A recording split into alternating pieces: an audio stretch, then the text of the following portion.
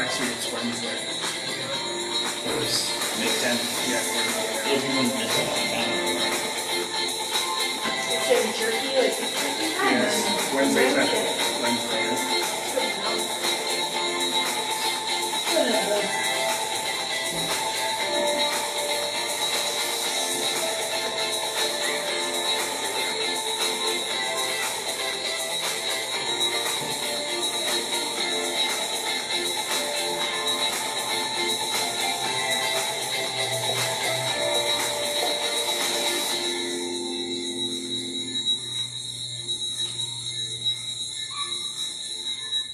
All right, everybody, welcome to another episode of Colossal Community Podcast, a show where we talk about random topics and we talk with our guests. I am Keith, your host, and he's back, Mr. Spoonman himself, Jason. And we are live here at the Hoffman Mill in Waysport. And tonight we were talking about the first ever D&L Trial Trailfest event. And Jason's here to recap Spoonapalooza, and we're going to be talking about beef jerky and prepare you for National Beef Jerky Day, which is June 12th. And we got other things to talk about as well. Upcoming shows on Colossal Radio and Ike's Spotlight of the Week on his oldie show, and a whole lot more. But tonight we are talking first a half hour. We're talking about Trailfest on the D&L Trail. Jason, have you been on the D&L Trails? I have. I walked it, biked it, fished on it. Yeah. No, I didn't have it in go all around. Right, and we'd like to welcome our guests. Please introduce yourself and tell us your position with the D&L Trail. I'm Alice Wanamaker. I'm an Economic Development Manager with the Delaware Lehigh National Heritage Corridor. And I oversee programs like Trailfest in partnership with our fundraising and events team, led by Andrew. And I also oversee our Trail Friendly Business program, which we're here in the Hoffman Mill in the Trail Friendly Business, and our Trail Towns and our signage programs. So that's really my position and how I fit into the 165 miles. And we'll start with that. Who decided to connect everything together to make it one long trail? In 1988, Congress, it was an act of Congress that actually made the D&L Trail, recognized it. But I believe, and I could be mistaken, but I believe the thoughts and the ideas first came from a group that was led by Elisa Garofalo, 20 plus years ago. So there was a group of folks working on it at the time.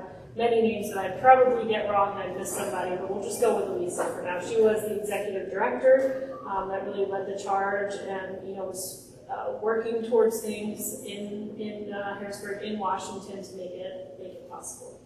Where does it go? Where does it start? Where does it end? Right now, well, it depends on who you are. It could start at mile 0 or it could start at mile 140. So right now, the trail does travel along the corridor from bringing anthracite coal from the anthracite region, which we're in that right now, down to Bristol and Philadelphia area to make it, allow it to get out to the country.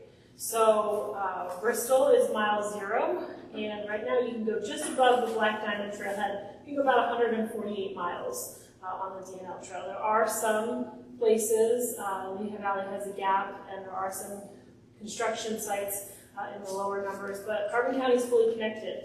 And that's a really, really awesome thing. So you can hop on again up at the Black Diamond, which is in Luzerne County, and ride, right now all the way down to Pettisaqua. I've made it as far as, I did go to Jim Thorpe. So I parked at Whitesport, went to Jim Thorpe, and I've gone from parked in Gap and gone to Slayton. So that's my experience. Well, actually I went. Those are some of my favorite sections that I you went just talked about there. Well, I went up to Bowman's. Actually, one time I went from the Gap up to Bowmanstown, but then we came back up on the mountain. Yeah. Which I don't know what that is. Probably from the Lehigh Gap Nature Center and took those trails up there. Yeah, we went up on there. Yeah. You got fun. She was going to die. When you can see it, it's like a little billy goat trail, and she's afraid of heights, and she was not happy. Oh, yeah. I was like, we're not going back 4 miles to get you back now.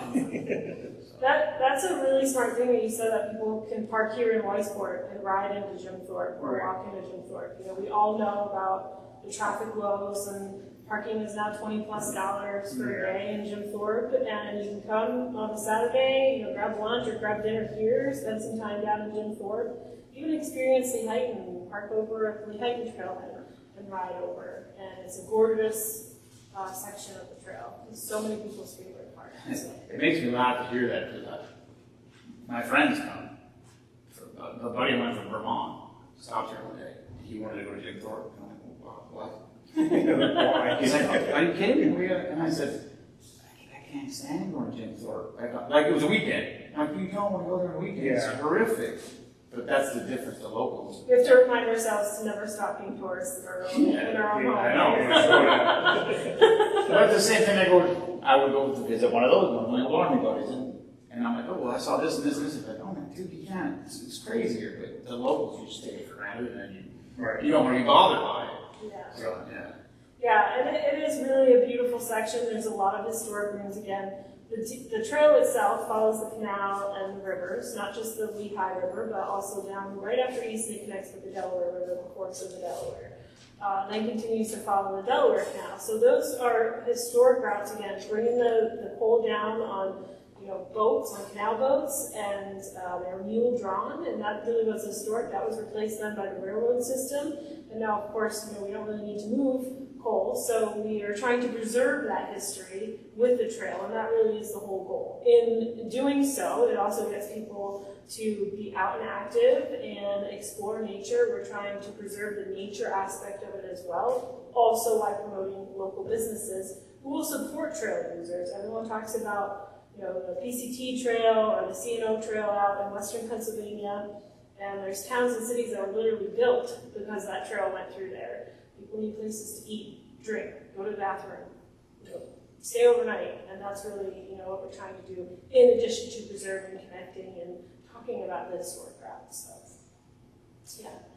And that bit about the canal boat, I think people don't connect it. When I was in probably 3rd or 4th grade, we went down to Easton and we rode the canal boats, the mule, drawn canal boats, and we still have Hank and George down there. That's where my office is located, and they work harder than any of us for carrots every day. But they love it. They love making that boat, take those trips up and down the canal there.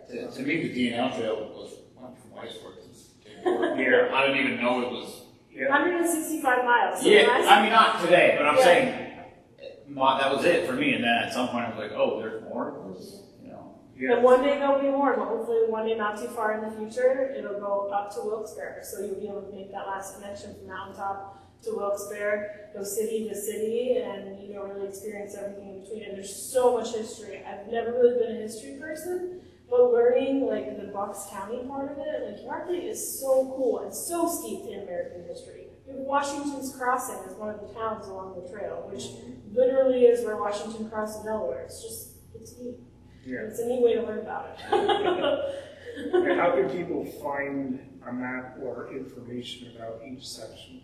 So our trail-friendly businesses should have maps. If you go on the trail-friendly business and they don't have a map, that's my fault. So call me, and I'll make sure that they get more maps. In fact, I have some in my car to leave here before I go. But the maps are also PDF downloadable on our website, delawareandlehigh.org. And whenever there is a trail obstruction or, we have to close a section, a landowner closes a section, we do post that on our website, again, delawareandlehigh.org spelled out. And we try to be very active on social media to let folks know. And then, everyone shares it in the We Like Bikes groups and all those everywhere so that folks know, hey, you might have to turn around and go back and find an alternate route today. And are you looking for volunteers to maintain trails or? Yeah. We have a great, so the trail itself is actually owned by separate landowners. We don't own any part of it, not 1 inch. We just really help manage the trail owners to kind of bring them together and connect them with those local resources like volunteers who help out doing things like cleanups. Volunteers will go out sometimes with their chainsaws and help clean up down trees if the township or borough or state park isn't able to get out there. report things like potholes and sinkholes. I know we had one open not too long ago. Well, it probably was long ago now at this point. Doesn't seem long ago in my brain, but there was one down by the Lehigh Gap Nature Center not too long ago. Luckily, they were, the township was out there real quick and fixed it up. So we do have a need for volunteers if it's something that you ride the trail a lot or you walk the trail a lot and you just want to be eyes on the ground. We love those types of volunteers. We also have trail tenders who go out and do regular cleanups. And Weissport is one of the stops that the folks here that volunteer for Lehigh Canal Recreation Authority, they're out a lot, and it's really awesome that they go out and do the active work that they do. We also have volunteers that work in our office doing things like helping us catalog the history of the entire trail corridor. So there's a lot of opportunities to volunteer with the organization. Cool. All right. You have an event coming up, the first inaugural Trailfest event. Yes. So tell us about that. So Sunday, June 29th, we'll be at the Lehigh Outdoor Center with a bunch of vendors. We're going to have live music and demonstrations throughout the day. It starts at 10 a.m. and goes until 4 p.m. It's a free event, so you don't need to have a ticket or anything. You can walk on over or park your car, come in there. Again, there'll be food trucks, demonstrations from vendors like Lehigh Outdoor Center who'll show folks, let them take a ride on an e-bike if they want, or get them geared up and fitted for an e-bike. They'll also have their kayaks out and different types of boats to get them on the water. We do look at the Lehigh River and the Delaware River as an extension of the trails because they are water trails. Without them, none of it would exist anyway. So we're going to do guided walks throughout the day. There's a schedule available on our calendar on the website, and really just looking forward to bringing awareness to the D&L Trail, the Delaware Lehigh National Heritage Corridor, the National Canal Museum as a whole, and really just celebrate that. And thanks to Jerry, and his folks over there for partnering with us. We're partnering with Lehigh Outdoor Center, Pocono Mountain Visitors Bureau, and the Carpenter Chamber and Economic Development Corporation on a really cool, fun event. We're excited to welcome State Representative Doyle Heffley will be with us throughout the day, so it's going to be a fun time. Are you looking for vendors yet? Yeah, we right now, today the 9th, we're accepting vendors up until the 15th of June. So we want to give about 2 weeks before the event to have folks join us, but our application for vendors is available on our website. We want to remind folks that if someone's contacting you on Facebook with an application that's not real, please contact our office. That happens a lot. It happens so often. Yeah. Especially when we're dealing with down there at the second farmer market, same thing. I just can't imagine what these people need something better. And then I'm told they're not people, they're actually bots. So, Right, they're real ones, yeah, it's a pain, and just reach out to myself or Andrew for an application. We're real people. Allegedly. Well, at least I am. So how did you decide to be a part of this organization? How did you say, this is the job for me? Yeah. So I was with the Carbon Chamber and Economic Development Corporation for close to 10 years, and the trail itself has just always been a part of my life. Whether I was, training for I bike with the gym floor burst, so training for that 65-mile bike ride, or just it's in my backyard. I think even before it was called the D&L Trail, we would just walk the rail trail. Right. So it's just always been interesting to me. I was friends with Elisa, and I really believed in the vision of preserving these routes. And an opportunity came available that was really in my wheelhouse of economic development, celebrating small and large businesses and helping them connect with current and future customers. So it just felt right. I got to, I loved my time with the chamber, but I gave up my high heels for my hiking boots. I really, really like it. I'm impressed with the amount of times, and I don't go on there a lot, but it's always very clean. Oh yeah, that's thanks to our volunteers. Yeah. Yeah. I mean, I'd like to also think that people are a little more cognizant of not just throwing things around, which I realize certainly that's not 100% for everybody, but I do. It's amazing to me how you walk down there and when I see an empty wrapper bottle, something laying around, it's like it's not like here more of this. Right. It's almost like an omelet. You see it. It's really neat. Yeah. Yeah, we're not Disney. We don't have trash cans every 15 feet, but we do try to have enough trash receptacles out there so that folks can, dispose properly, and then the landowners, will come through and empty the trash bags. We do go up against wildlife, so sometimes they make a mess after we clean up. The biggest thing that I see, people make the effort to use those little dog bags, and they just leave it like. It's the strangest thing. Yeah. Like, you've already touched the food. Yeah. You've already done the hard work. Just carry it a couple feet and find a garbage can. But they just leave them there. Back in April, on April 26th, it was Celebrate Trails Day. And we ran a contest all the entire month of April. And then that weekend, a bunch of folks went out different groups and reported. We have what was called the Quest for the Golden Grabber. So it's like our competition, if you will, because I'm very competitive. So of course, I'm like, okay, how can I make people compete against one another? Let's make this a competition. Who can collect the most trash? And the group that won actually won from cleaning up the Lehighton section. It was the Bearded Villains, and they're a great group of not just bearded men, but they had their kids out there with them. I thought you were going to say it was bearded women. I mean, who knows how they identify? That's not my business. I know where you're wrong with that. But they were out there. They cleaned up the most trash, in the Lehighton, over the Lehighton section. I think they might have started walking over this way, or they were over here. But they were one of like 13 groups that were out that day cleaning up, doing the work to make sure folks recognize that the trail is, not spotless, but we tried. You said it's owned by different, like privately owned or township and towns and. Yeah, most. There's the sections that aren't open yet. We're still working on that. But the land that was privately owned, it has been taken over by, now the management of that has gone to townships, counties, and volunteer groups. So the Lehigh Canal Recreation here in Weisport is an agglomeration of the different townships. So it doesn't all fall on, Lehigh Borough. East Penn comes in and they play a part. Jim Thorpe comes in and plays a part. Packaging plays a part. So like that group really operates, this lower section of Carbon County from Jim Thorpe down. Once you cross the line in Lehigh County manages and owns most of it in that section. And you're getting into Easton, the city of Easton owns it, Allentown owns it, Bethlehem owns it, Bethlehem Township, Freemandsburg Township. So different, folks like that, but no private ownership, just, really public service ownership. Yeah. All right, we are preparing for National Beef Jerky Day on June 12th, and we got some trivia here. Oh boy. See how long you know your beef jerky. I make my own, so this isn't fair already. We could have told you she could have brought us some. Yeah, she could have. I didn't know it was National Beef Jerky Day. Apparently, you didn't send her the itinerary? She probably did, I just didn't read it. All right, make a note here. All right, based on an online data, which state eats the most beef jerky?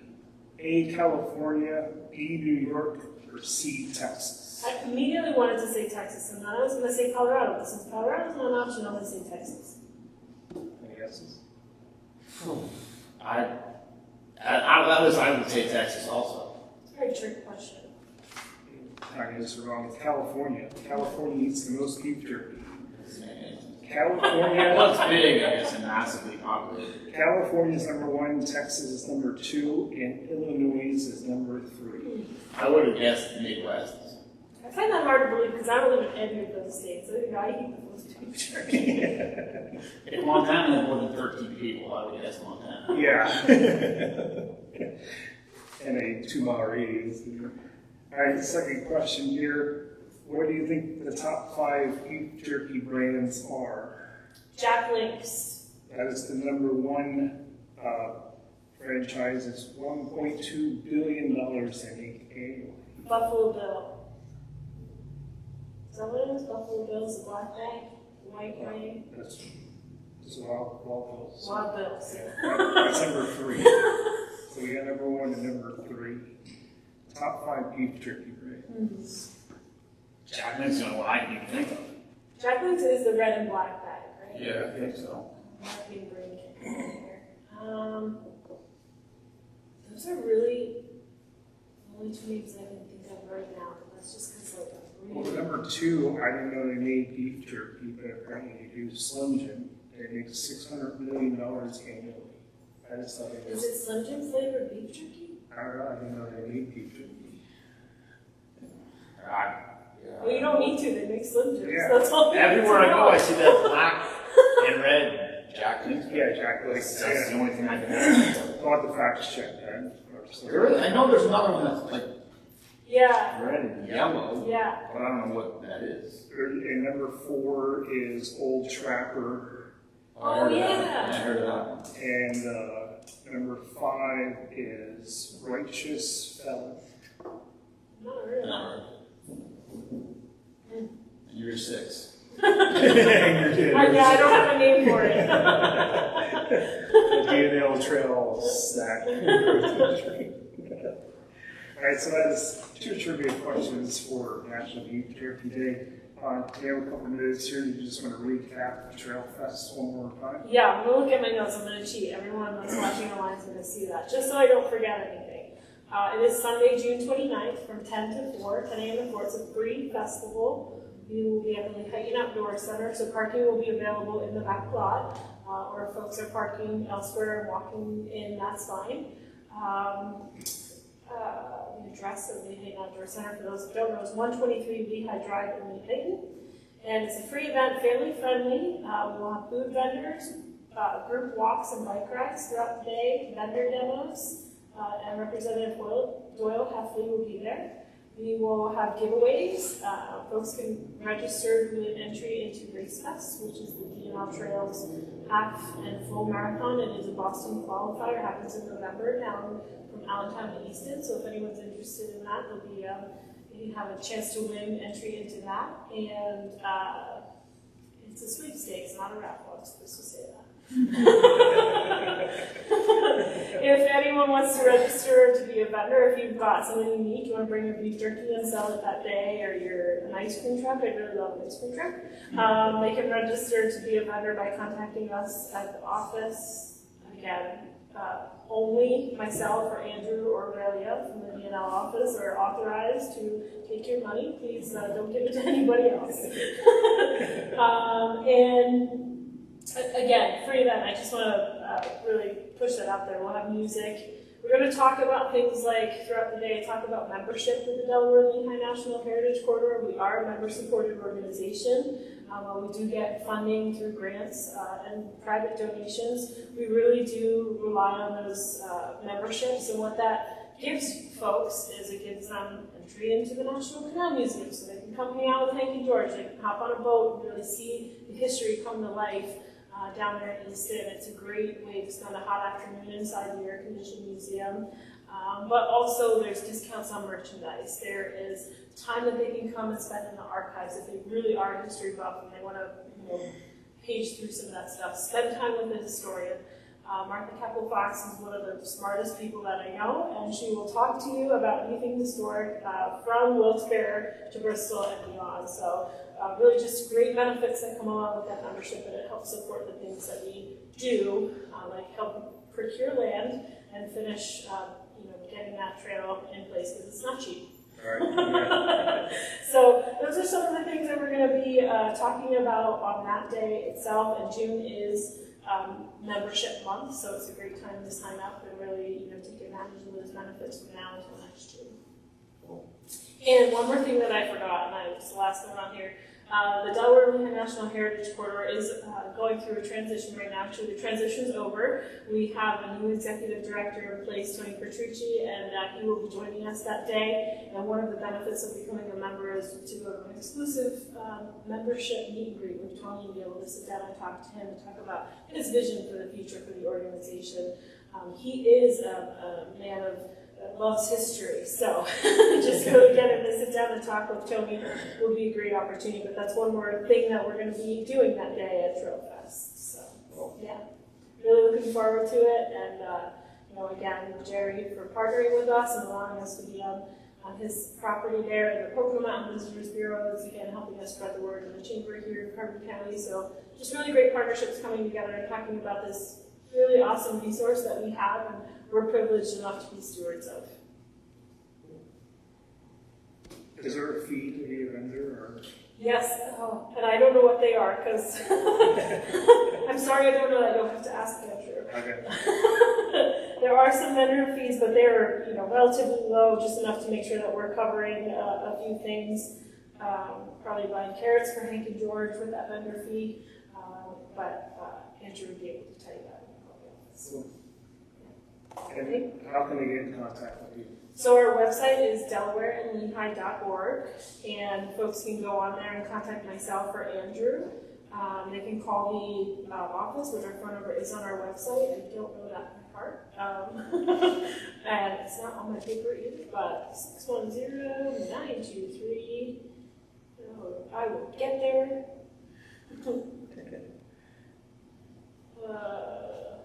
3548. 610-923-3548 is the office number, and they can call and ask for Andrew, and he'll be able to help them register, for vendorship. We're going to just get more information. The deadline again is the 15th, so yeah, a little less than a week. Cool. And what is the vision for D&L Trail in the next, say, 2-3 years? To get farther than we are right now. Close the Lehigh Valley Gap from Catasauqua through Allentown will be a huge step. Shovels in the dirt up further north in Luzerne County and start making that way to completing the 165 miles. It'll be like 167 when we're done. But I would say shovels in the ground. Maybe just get past the engineering part that we're moving into right now up there in Luzerne County, like in the Wilkes-Barre area. It's the government wrecking things like they do. Yeah.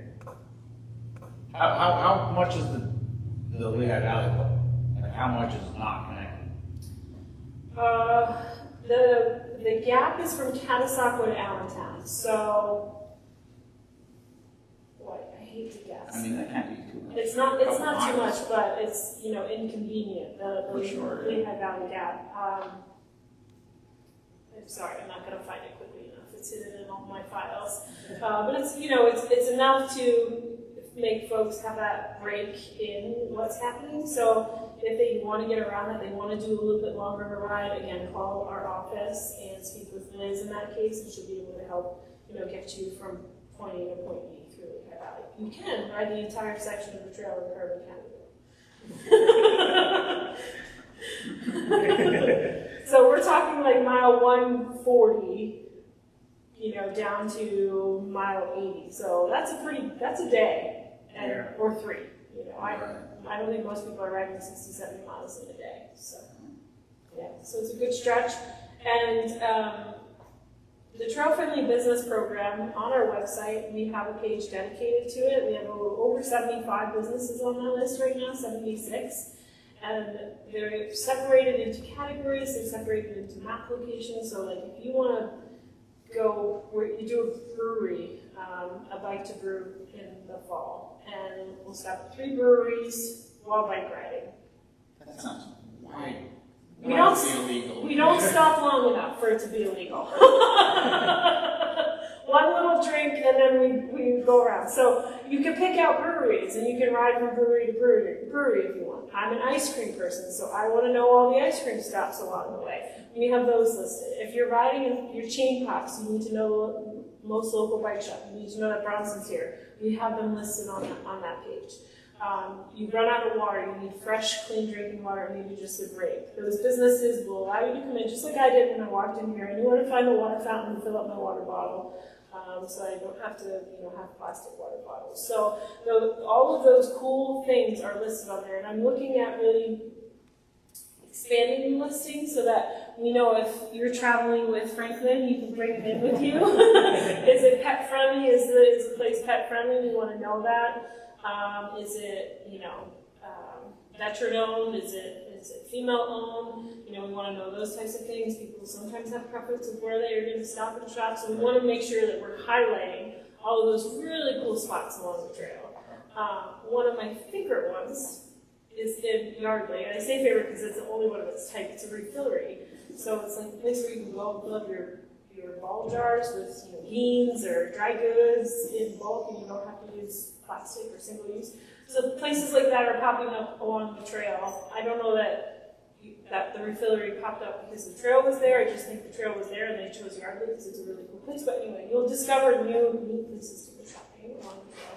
Wow. And a lot of them will ship your stuff home for you if you're riding your bicycle. Can I get the Yardley on a bike? Yeah. I'm sure not toting beef tag. Yeah, so like if you stop at Boyers in Slavington and you buy something from there, you can have them ship it.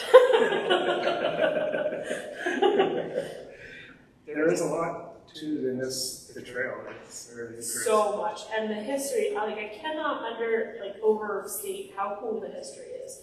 I'm a Lehigh Valley native, I'm a Slavington native. The trail is my backyard. And it's always been there. I grew up playing in the Walport Canal. But now to learn why the Walport Canal exists and to learn really why it's there and what that, what the Lock Tender's House really means to the history and the success of our region is just so cool. And at one of the conferences I was at earlier this year, somebody had said, about preserving the rails, why we call it rails to trails, why we are doing that, why we're preserving that, not just here at the D&L Trail, not just here in Pennsylvania, but across the nation. We're preserving across the world, because they're doing it in Europe too. Preserving these rails in case one day we're lucky enough to have rail come back as a major transportation. And then that rail is there, and we can still use it. Now, of course, some work's going to need to be done, especially in our trail, but it's cool to think that is there, 100 years, it's going to be there, and it's just so neat. They are all over. I don't know places I go and I see, whatever trail signs. But like I said, that's why, to me, the D&L Trail literally went from Whitesport to Jim Thorpe, but it didn't go to Jim Thorpe because the bridge wasn't there. Right. And then when we put the bridge in, it was like, oh wow, you can actually go to Jim Thorpe now. And then I find out, oh, this is just a Small portion. It is a beautiful park, though. And above that, a lot of folks last year, when this section here in Whitesport was closed, a lot of folks started discovering north of that, even in Luzerne County, and have discovered how really cool, Whitehaven is. Whitehaven is a really super cute town if you ever get a chance to go up there. Great ice cream, great beer. Great little unique shops, they'll ship your stuff for you. It's just such a cool little town. And the section around there where you can see the old canal ruins, I know we see them here in Whitesport where you used to have, it looks different up there. The elevation change is so much greater. So to see the canal ruins up there is just, it's worth a day trip. Nice. All right. Very interesting, and we'll post all that information on our site. Cool. Thank you for coming on. Thanks for inviting me. And telling us about it. I'm trying to stop over to the fest. Yeah, 10 to 4. 10 to Last 4. Sunday is in June. All right. Cool. Thank you for coming on, and hope to have you on again, and maybe that section will be done. Yeah, and I'll talk about it. We're very excited to talk about it. Don't leave me at the rest of the beef jerky trivia. We're going to go to I commercial actually break. Thank you so much. Good to see you. Thank you. That's fun. Using only quality shampoos, let them dry. Clean your nails, and make sure you're feeling great. Head to tail. It's got 3 quarters involved. For 22 years, Stacy and Jennifer have been pampering your pets. So if you're looking for a local pet grooming service and an experienced staff, it's got your limit. Get your pets groomed, give them the care they deserve. Country Clippers and Robinsons. Find them online.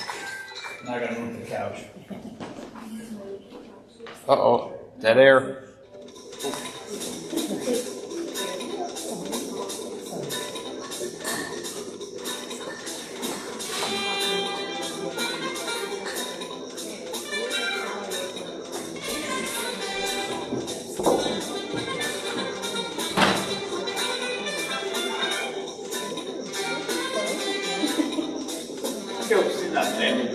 Yeah. Let's get up and move. I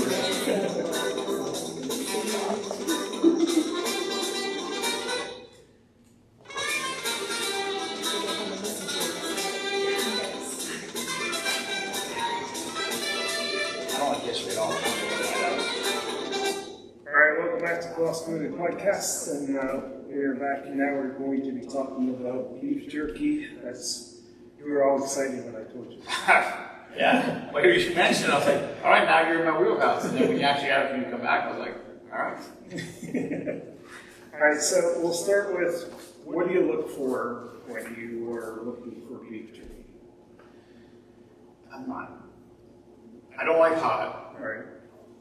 I do like flavors. And I actually like dry beef jerky. A lot of people don't like that. I don't like it when it's chewy. Right. It's like I'm eating. I feel like I'm eating a Slim Jim. Right. So, yeah, I'm not really fussy. As long as it's not hot, I don't care. I mean, we can't eat venison jerky, but... Yeah. All right, so I did some research, and it shows that ancient Egypt actually started the whole dry meat process, which, if you've been watching our shows this year, this was not done on purpose, but the Egyptians had it going on. They discovered hot sauce, and now they were the ones that started the whole beef jerky process. I don't know how I feel about that. Isn't that, where did they say people started? Like the human race. Yeah, Where did they say we started? Is that where they started? I don't remember. I'm not sure where they came. But I thought that was interesting, and of course Native Americans have been using it. They actually enjoyed hanging buffalo meat strips over campfires and trying it that way, and then they would wrap it back into the fat and skin bags, and he would eat that on long journeys. So Yeah, well, obviously there's no refrigeration. Right. So if you tell the people in the, everything, why would you, that was the way to preserve it. beef jerky is actually a popular snack for astronauts. Every flight that went up to space, astronauts ate beef jerky while they were there. Tang. Tang. Stuff to clean the toilets with. Is Tang still here? I don't know if it's under Tang. It's probably called something else. We drank that as kids for sure. We were in a plastic Tang Yeah. pitcher. And if you look at the ingredients, there's stuff in there that cleans toilets. So. Now we're kids. No, probably not.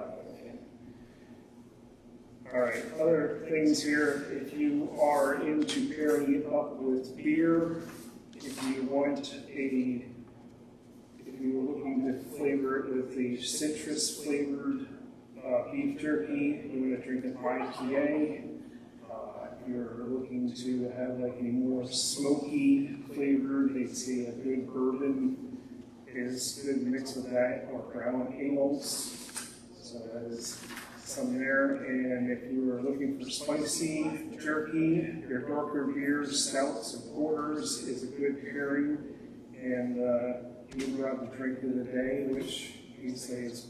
Well, so for anyone who doesn't know, Team Spoonman is a group I run. I have a bar in my basement called Spoonman Saloon, and I make a drink of the day. Generally every day. Yesterday I didn't do it. Yesterday I was out of gas, and today I'm here. And normally I would bring a new drink when we do it, but I knew we were doing beef jerky, so I brought a special drink, and this is actually a tribute to a former member in our group. He had passed away from cancer, and his cousin.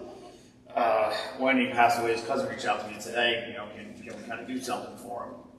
And he showed me a text. So his last trip to his oncologist, when his oncologist told him, Chris Glass, his name was, but his oncologist told him, there's nothing else we can do. You got a couple weeks at the most. And he went home and he had a picture of Honey Jack and Coke sitting there on the counter, and he took a picture and sent it to his cousin.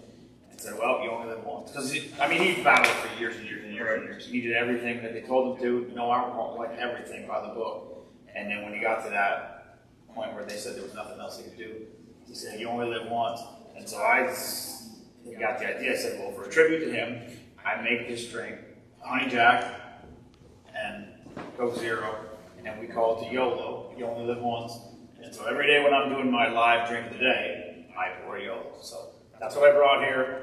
It's not a new drink, but it is it's a tribute to Chris. So I didn't get the round ice cubes out. All right, while Jason's pouring that, also some interesting facts. If you're looking for vitamin C and calcium, they say beef jerky actually helps reduce high blood pressure, boost your immunity system, and helps retain your memory. And the vitamin A is good for your eyes, and it also helps reduce skin issues like acne. Sounds like propaganda from the beef jerky industry to me.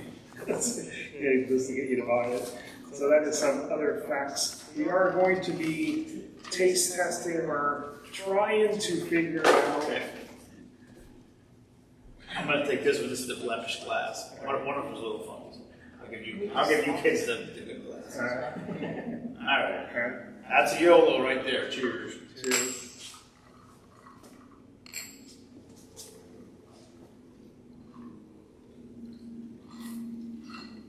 Ken said I make it too strong, so I'm trying to make sure I dialed it back a little bit. It's actually pretty good. Tastes good to me. It has now become my favorite drink. If I go out somewhere or go on vacation, I used to be an amaretto and Coke guy, and now I'm honey jack. So we drink a lot. I think I found my new drink. All right, we are going to be trying 4 different kinds of jerky. We have 2 name brands of a flavor and 2 generic brands of the same flavor. So we have to determine which is the name brand and which is the generic name brand. And when we talked about what was the top 5 beef jerky brands, we do have 2 of them. We are trying Jack Link's, or we have to determine which one's Jack Link's. And the Righteous Felon is number 5, which we didn't hear of. So those are the 2 name brands that we're trying. You found it? Yeah, I found it. Like online, or did you find it in the store? No, Giant actually has it. Oh, yeah? And the other generic brands are Giant brand and Target brand. So we have for teriyaki flavor is the Righteous Felon. That's what the package is like. And we have Giant brand. I gotta get my UCAD out and scan those to see if they're good. And we have the jerky teriyaki from Giant. And we have for the original, we have Jack Link's and the original Target brand. So you have to determine which is which. Those are your teriyakis, so there's 2 pieces in each. Okay. So you can take one of each. You have to each take one of those, and you have to decide if it's 1A or 1B, which one is the brand name, and which one is the generic version.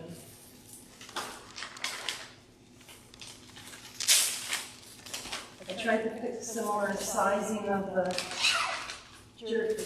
So we have to determine. You have to determine, do you know which one was A and which one was B? Okay. You have to pick which one you think is 1A or 1B, which one is the name brand versus your generic. And I bagged them so that guys have no idea what's what.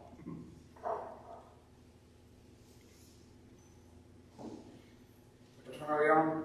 This is teriyaki one? That's the teriyaki. So, This one here is shinier. I don't know what that means.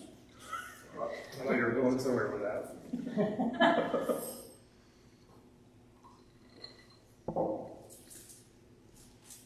I couldn't really tell when I was bagging them based on the appearance. It didn't look too different.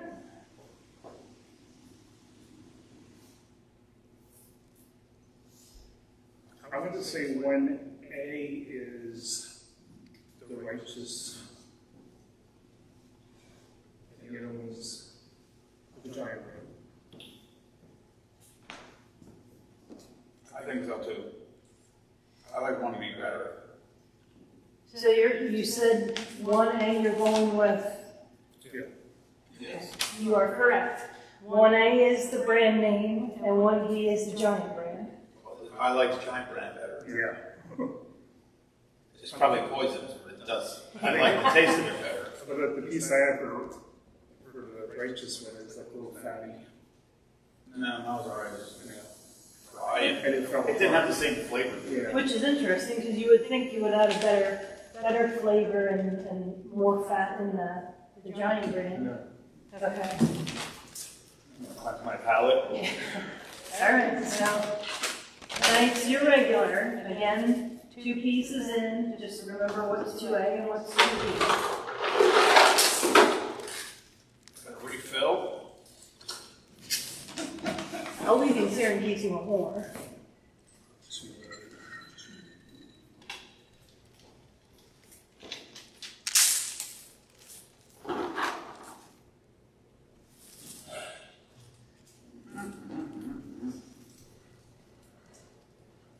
All right, so now this is the regular original beef jerky. Again, this is the, I could guess by the look. yeah. So we have Jack Links, and where's this one from? That's from Target. Target. Good and gathered. I've never seen Target beef jerky, but I never had it either. Kind of similar piece.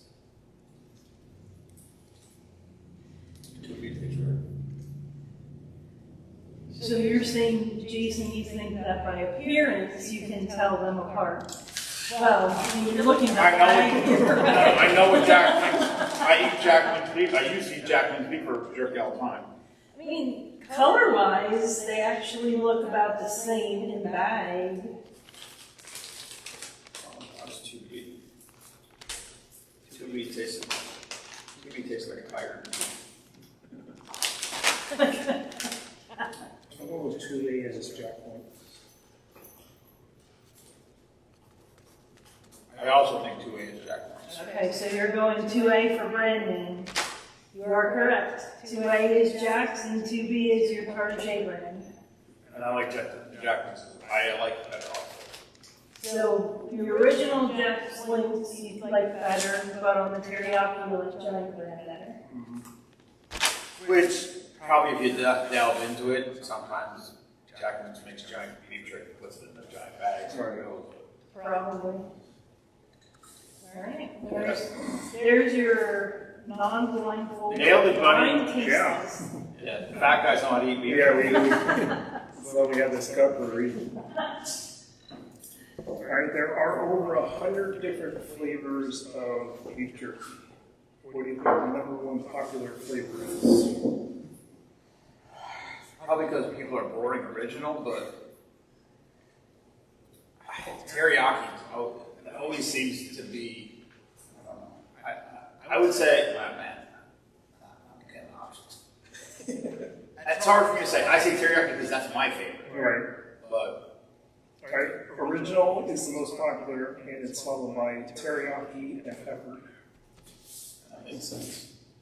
Same thing with wings. Yeah. Like the most popular wing flavor is wing, like buffalo. Yeah, like milder. Yeah, I would never in a gazillion years go into the order regular wings. Right. You know, but we did the wing thing, I think, one time when I was here. It was around the Super Bowl or something. Yeah, that's how many wings eat the Super Bowl. Yeah. Yeah.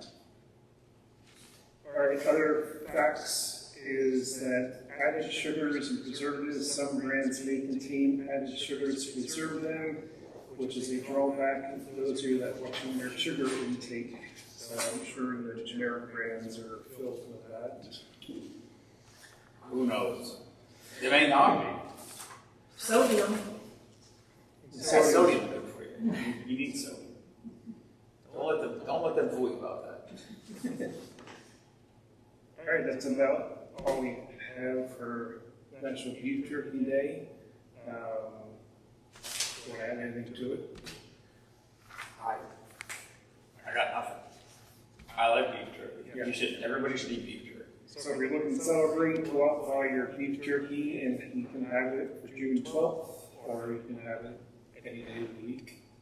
It is good. It is good food to just carry along, hiking or something. Right. Except for it makes you thirsty.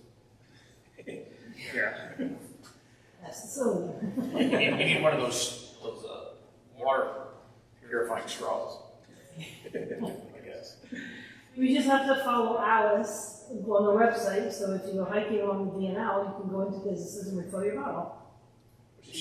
I was thinking more along the lines of finding a jerky store. Yeah, because she's going to find the ice cream still. Okay. All right, we're going to go to a commercial break, and when we come back, Jason's going to give us a recap from Spoonapalooza, so stick around. Sip a handcrafted cocktail.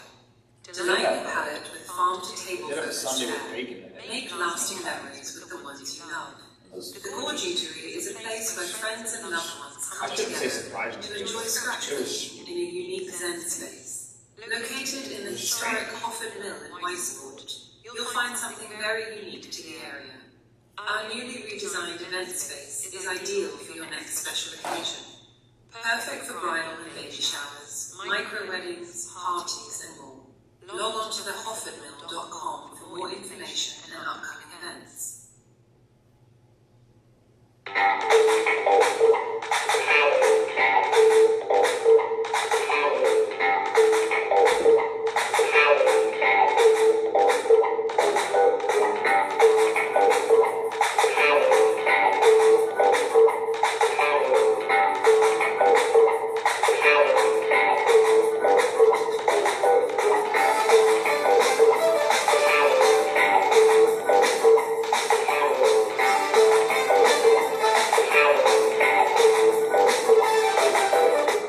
Some things that are coming up here at the Gorge Eatery. For the whole month of June, $5 from every beach bucket drink they have, they'll donate to the Carbon County Friends of Animals.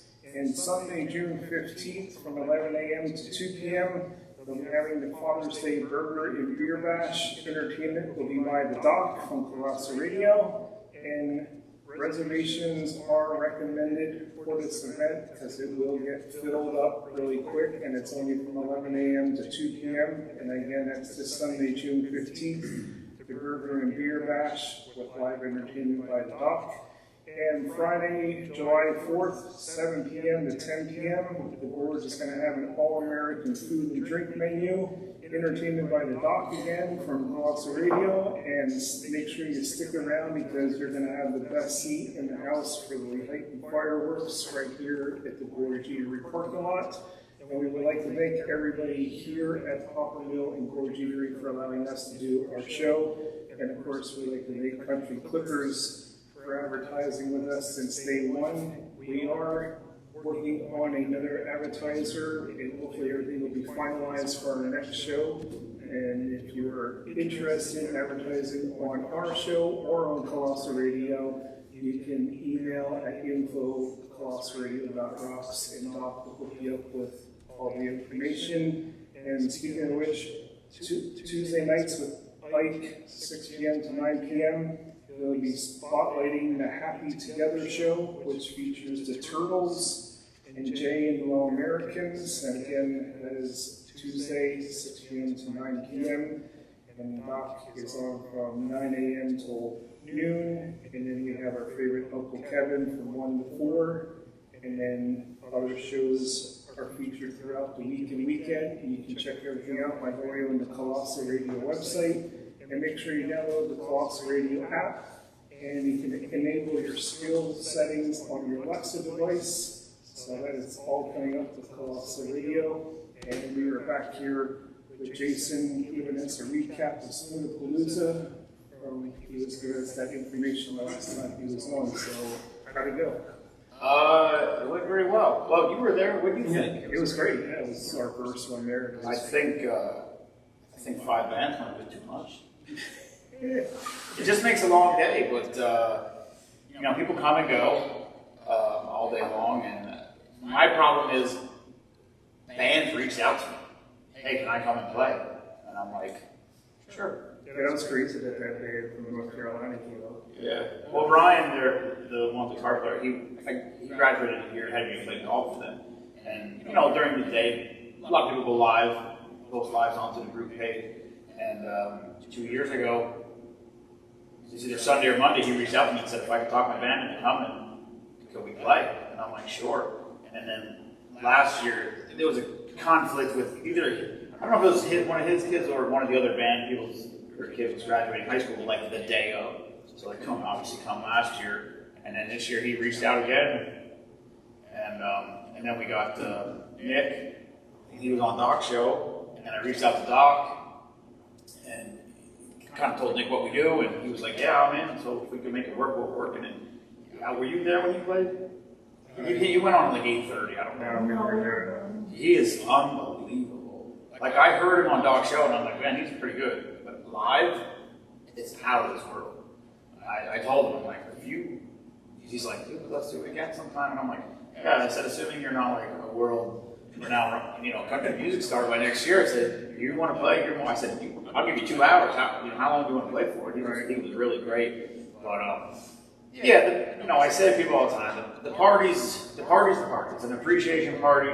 I don't charge any admission because I don't want anybody to not come because they can't afford it or whatever. Most people bring a covered dish. Most people go in the basement and buy some of our merchandise or whatever. So, the party probably breaks even. So the money's made on the ducks. Right. And I think 1,088 we sold this year. So 13 more than last year. So $5,440. I mean, this event probably is, last year we donated, all told to the end of the year with everything we did was a little over $12,000. So this event is essentially half of what we make all year. Right. So it's a great, the duck race is just a great fundraiser because it's a 50-50. But we're able to sell ducks to members all over, like literally all over them. Heck, we had a guy from Brazil buy 2 ducks. I mean, he's not from Brazil. Right. He's currently working in Brazil. And so he bought 2 ducks, so that was pretty cool. Yeah. And then people just, there's people buy 1 duck, and everybody's like, oh, I'm only gonna buy 1. I said, if everybody in the group bought 1 duck, we would. If 1 out of every 3 people in the group would buy 1 duck, we'd sell all the ducks we had. So, but then there's somebody that buys 20, 30, 40. I mean, Izzy. I'm gonna put him on the hot seat here. He actually started. What happened was last year. So we do Super Bowl block pools. We do the block pool sheets for the Super Bowl. And last year, Matt Stottlemyre was waiting to buy his blocks because he figured we'd get to. Because I said sooner or later we'll get to the sheet. We got to finish the sheet. So he was just going to wait and buy the rest of the sheet. Right. Well then. We finally finished the sheet. We were like 5-6 days from Super Bowl, and I'm like, I'm not starting another sheet because I don't like pushing that hard to try to do this. So then he ended up not getting any. So then he bought ducks in February. Like we don't start selling ducks until a month before the event. Right. But I also tell people, if you Venmo me money and say, here's for my ducks, I'm not going to Venmo it back to you. I'm just going to write your name down and carry it through. So when the Super Bowl block ended, Izzy started buying 2 ducks with every paycheck. Every time he got paid, every week I'd get a Venmo, and it would have a number and then a picture, like the little duck emoji, and then another number and the duck emoji. And I think he ended up with 42 ducks, something like that. And like I said, there's all different. I said if anybody buys 10 ducks, they can have one of our shirts, whether it's a Spoonapalooza shirt or whatever. Because I said they could have a Spoonapalooza shirt a couple years ago, and then we ran out. Because I don't, this year we didn't sell a lot. But I said in previous years, that's what we always gave away. Now I changed it to say you could have any shirt you wanted, and other people are picking up the shirts. But it doesn't matter. The packages we send out, I'll include that stuff in there. Same thing with the glasses. I got more glasses than we sold for sure. So I'll just disperse them in the package throughout the year. Like I said, it started out as a service member of the month, so you figure that's 12 a year. Then we added veteran of the month, 12 a year. Well, it's not. It's this for June for May, we sent out 2 active duty service member packages and I think 5 or 6 veteran packages. So last year I think it was 34 total between veterans and service members. This year will probably be more, just because we started doing these events now, and when we're at the events, people come up, they walk by the booth, they see Team Spoonman. If they don't come over and talk to us, like they don't understand what we do, once they talk to us and they find out what we do, then they're interested and they're going to contribute and do this. Oh, my this person served, that person served. Hey, why don't you nominate them? So sometimes we leave an event, we have 10 people on the nomination. on the list. So, but it all was just, what we talked about before, I don't know where it goes. I don't know what we do, Right. I know I can't handle too many weekends like this past one. I'm getting too old for it, but I need to sleep. Yeah, it was a full house too when we were there. Oh, it was packed midday. I couldn't believe it. I mean, there was cars all the way parked down to the bridge. I was like, I mean, the problem is people normally just park all the way through the yard, but now everybody kind of just like pulled off the driveway right to the edge. People couldn't get all the way into the middle. Right. I said we gotta maybe do some better job of directing people in spots, keeping them kind of going that way. But yeah, it is what it is. We'll figure it out. It's this was the 4th year. And the first year was literally, the last band that played, they didn't start playing until 9 o'clock. That was the band that played the first year. And they were going to play for 3 hours. And they were going to play from 4 to 5 or something. They were going to do 4 to 5 or 5:30. Then we were going to do the duck race, and they were going to do another set after that, and then that was it. Well, they didn't get there till 5. So they did a set, they ran the duck race, and then they started playing again at like 6:30 or 7, and they waited midnight.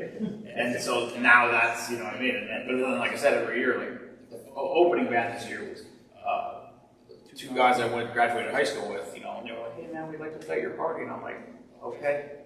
And then the next person calls, hey, can we play this year? I'm like, all right. And then I'm like, oh shit, I'm sorry.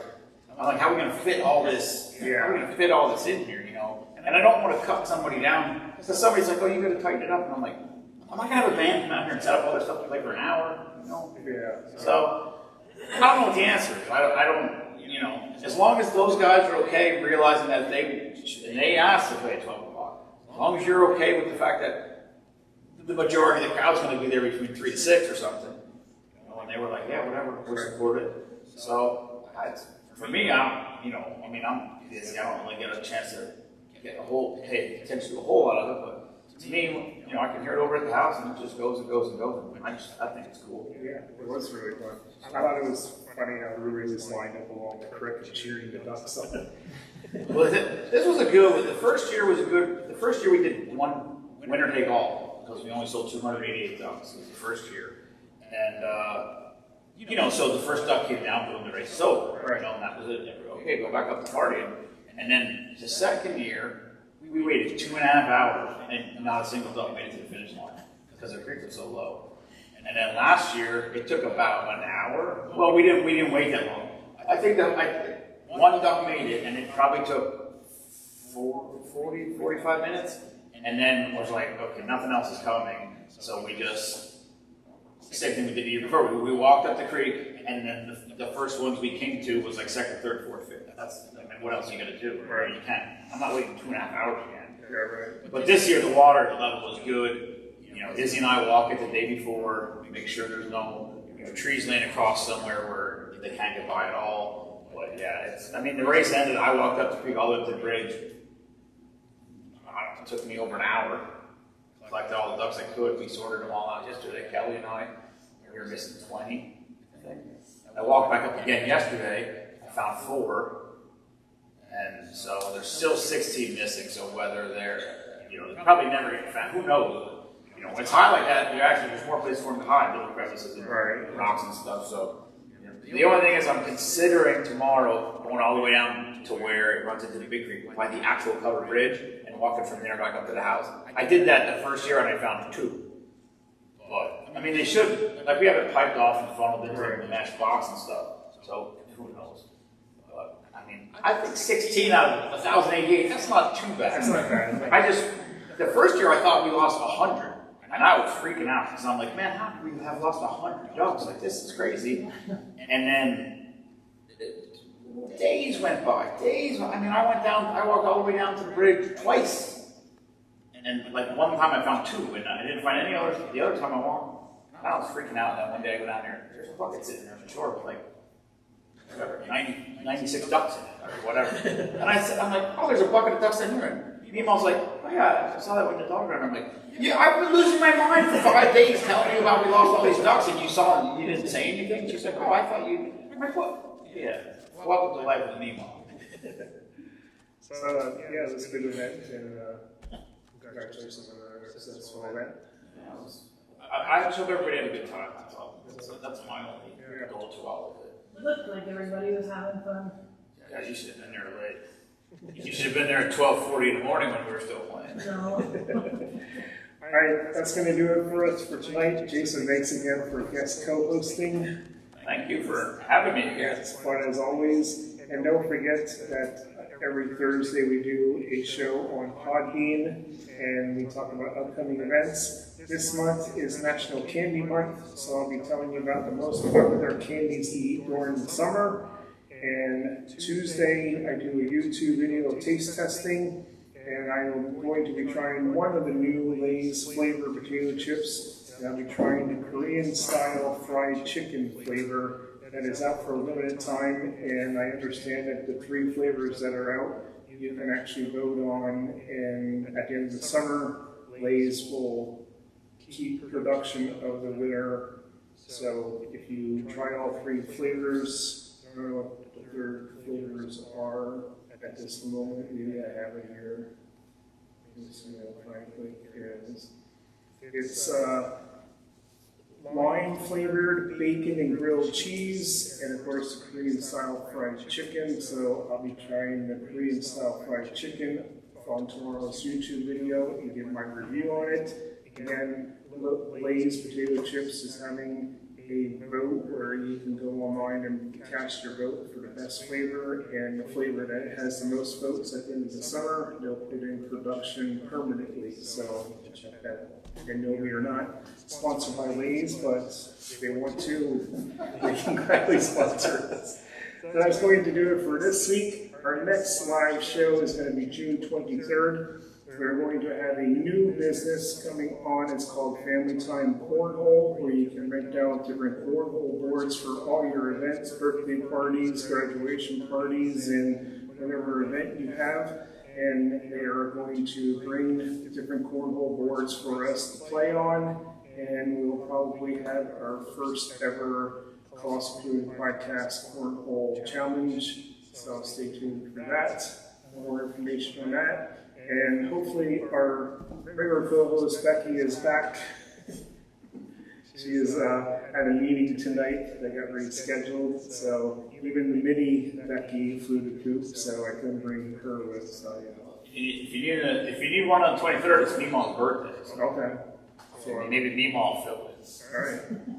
So that's coming up, and of course, July 28th, we have another show live here on Facebook, and we are back at National Night Out in Palmerton on August 5th. We'll be back playing your favorite music, and you can come up to talk to us, and we'll tell you more about Colossal Radio and all the shows. So that is what's coming up for us this summer. Thank you again for tuning in, and we'll see you all next time.